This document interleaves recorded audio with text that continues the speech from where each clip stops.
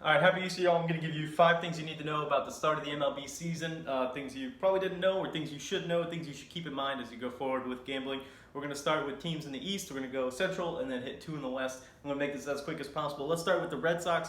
Obviously, we know Sale and Price are very good. 3 through 5 have to be even better. Porcello is the epitome of average. That's all he has to do. He has to stay average. Velasquez is making his debut today. I believe it's his debut today. At least it's his starting debut today. He's a big question mark, but he does have a high ceiling.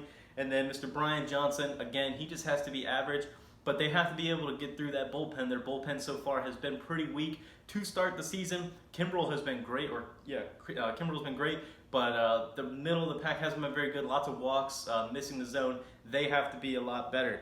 It pains me to say it, but the Yankees have the best rotation in baseball, and the only reason it pains me to say it is because they have the best lineup in baseball and the best bullpen in baseball. That's kind of an issue. 1 through 4 we already know is very good with CC Saravino, Tanaka, and the other guy, Sonny Gray, of course. We know that 1 through 4 is very good. If Gray can get back to his normal form, that could be deadly. But did you know about this guy, Jordan Montgomery?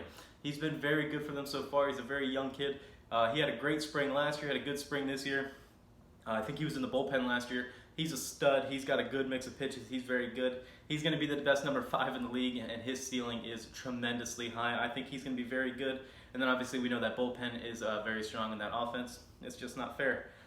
Speaking of bullpens, Gabe Kapler, the new manager of the Phillies, he wants to keep his bullpen strong and fresh. They've used 21 pitchers in 28 innings of baseball so far. That's not good for a long stretch. I don't know if I think he's been out of the league now for a couple years, so maybe he forgot there's 162 games in a season. I'm not quite sure.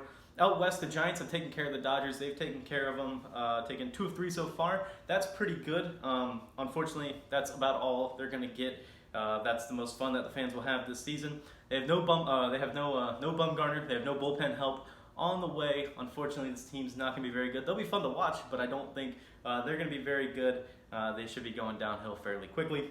And last but not least, Safeco Field in Seattle. They're cursed. Nelson Cruz hit his 2nd homer of the season the other day. He slipped in the dugout steps, sprained his ankle. MRI came back fine. He's going to get reevaluated today, Easter Sunday. He's going to get reevaluated to determine when he can play. But let's take a look at their DL so far. It's kind of a mess. Left fielder Ben Gamble strained oblique. Catcher Mike Zunino, same thing. Reliever David Phelps, he got the Tommy Juan. Erasmo Ramirez strained the lat, and of course now Cruz. That's not good. That's my weekend recap. Thanks for watching.